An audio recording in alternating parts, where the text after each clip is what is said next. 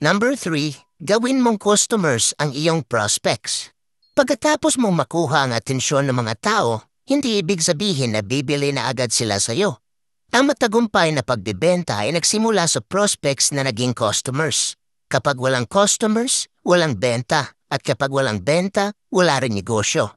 Ang best practices ng mga taong nagbibenta ay tinutulungan nila ang mga customers na gumawa ng desisyon at kaya rin nilang ipaliwanag ng maayos kung bakit dapat bibili ang customers sa kanilang produkto. Mahihirapan kang magbenta kung ang kailangan ng iyong target customer ay iba sa kung ano ang iyong offer. Hindi magsusurvive ang isang negosyo kung palaging mas mataas ang pera na lumalabas kaysa pera na pumapasok, kaya siguraduhin mo na consistent ka na makapagbenta. Ang sikreto naman sa consistency ng pagbebenta ay pag merong tiwala ang iyong customers sa brand at quality ng iyong produkto at makukuha mo lang ang kanilang tiwala pag napatunayan mo sa kanila na tapat at totoo ang iyong serbisyo.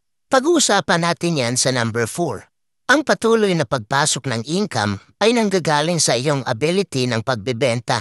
Kung hindi mo kayang magbenta, hindi rin magsusurvive ang iyong negosyo.